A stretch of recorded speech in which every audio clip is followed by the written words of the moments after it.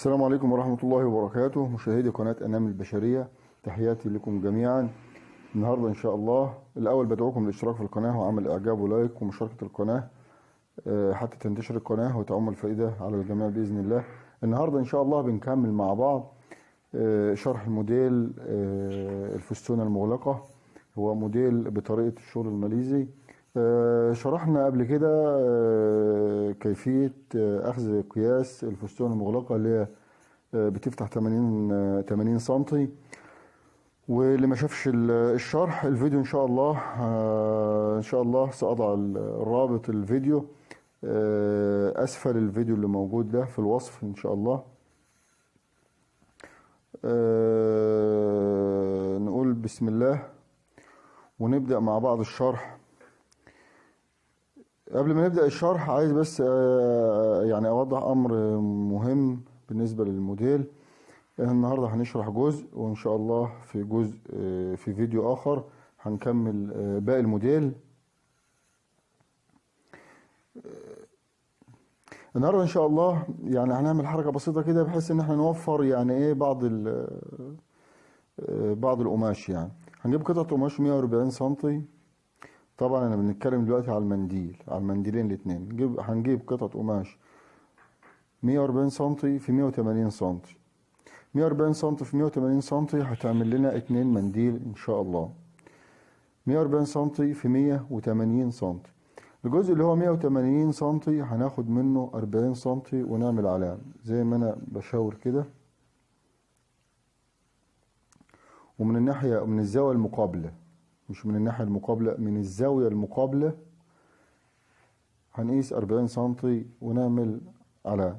طبعا الشرح هيوضح وفي باترون هيظهر على الشاشة حالا بالقياسات، وهنكمل شرح مع بعض مرة واتنين زي ما عودناكم عشان المعلومة تثبت، لأن هدفنا وصول المعلومة لمتابعي القناة.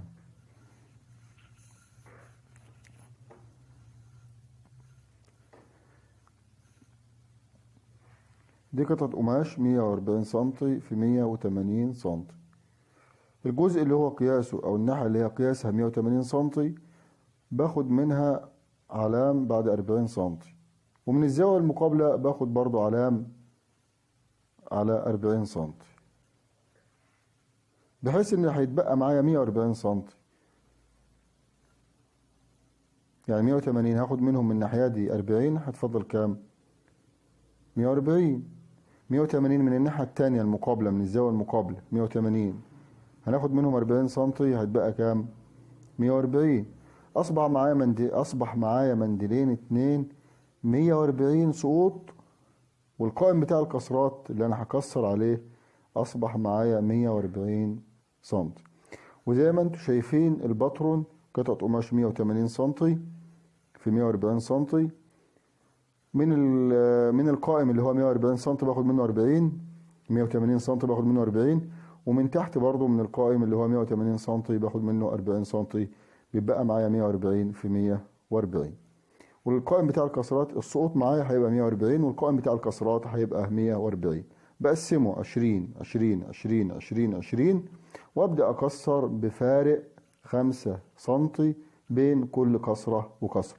نقول تاني، القائم بتاع الكسرات معايا هيبقى 140 سنتي، والقائم اللي هو السقوط هيبقى كام؟ 140 سنتي. هنمسك القائم بتاع الكسرات اللي هو 140 سنتي هنقسمه 20 20 20 20 20، تمام؟ وابدأ اجمع الكسرات بتاعتي بفارق 5 سنتي بين كل كسرة وكسرة، زي ما حضراتكم هتشوفوا عملي حالا.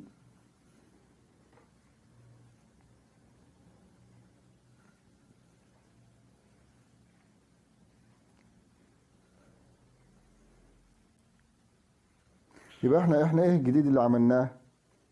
هو مش جديد، يعني هو جديد على بعض الناس، ولكن انا بحاول اقرب المسافات، وبحاول اوفر في القماش، وفي نفس الوقت اطلع فينش مقبول الشكل ومعقول.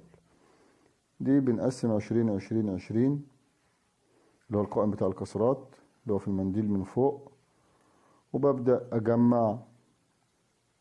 برضه هنجمع بدبوس لسهولة التجميع.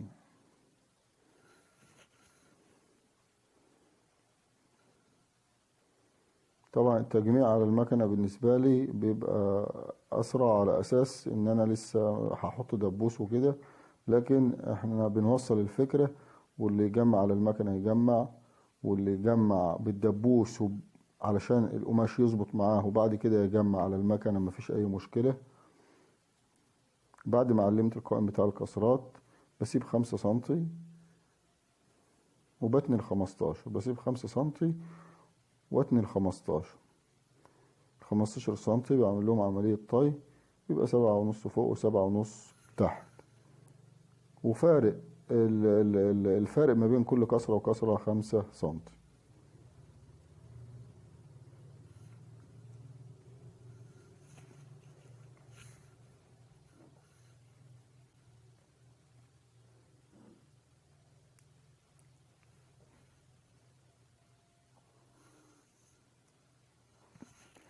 ان شاء الله في الفيديو القادم ان شاء الله استكمال للموديل. بإذن الله هنشرح برضو ازاي هنوفر في القماش بالنسبة للنزلات، او بمعنى اصح يعني ناخد قماش يعني ايه بقدر الامكان ما يكونش كتير. دي نقطة. وفي نفس الوقت اطلع فينش مظبوط وفينش عالي، عشان في ناس بتعاني من موضوع النزلات اللي هي الكسرات بتاعتها بتبقى بايظة. ان شاء الله في طريقة هنشرحها ان شاء الله في الفيديو القادم، تبين ازاي نعمل كسرات مقبولة ومعقولة بأقل كمية قماش ان شاء الله. كده جمعنا بالدبوس كده المنديل تمام، اتجمع. في زيادة بقى هنا ولا حاجة ممكن اشيلها 2 سنتي 3 سنتي. طبعا الموديل ده يعني ممكن نعمل له اوفر ونسيبه على كده. موديل بسيط مش مكلف، ما فيهوش اكسسوارز كتير، لا فرنشة ولا غيره. طبعا الفستونة مقلوبة، ما هي الحرف بتاعها ما هو الظاهر زي ما حضراتكم شايفين، فبالتالي ممكن اعمل لها اوفر واسيبها، ممكن اركب لها شريط بيه، ممكن يعني بأقل تكلفة. ده موديل يعني تكلفته معقولة، تكلفته حلوة وموفر في القماش، وفي نفس الوقت شغله لو ركزنا في المقاسات شغله هيطلع زي ما انتم شايفين. الفينش بتاعه مقبول ان شاء الله، ما فيهوش اي مشكلة. وان شاء الله في الفيديو القادم ان شاء الله بنكمل مع بعض باقي الموديل، هنعمل النزلات والخلفية ان شاء الله، وهنعرف ازاي نعلق الموديل، لان فيه برضو ناس بتعاني من تعليق الموديل، ازاي تجمعه على المكن، ازاي تركبه على الماسورة. ان شاء الله هنشرح مع بعض كيفية تركيب الموديل، وان شاء الله هنشرح النزلات برضو، ونحاول نوفر في القماش. مش نوفر بس، لا نوفر وفي نفس الوقت نطلع فينش معقول. يعني الهدف مش هدف توفير بس، لا اوفر وفي الاخر يبقى في نتيجة معقولة. وان شاء الله الفيديوهات المتعلقة ببعضها هتلاقوها تحت في الوصف ان شاء الله، يعني شرح الفستان المغلقة هتلاقوه موجود في الوصف تحت. دمتم بخير. السلام عليكم ورحمة الله وبركاته. تابعونا.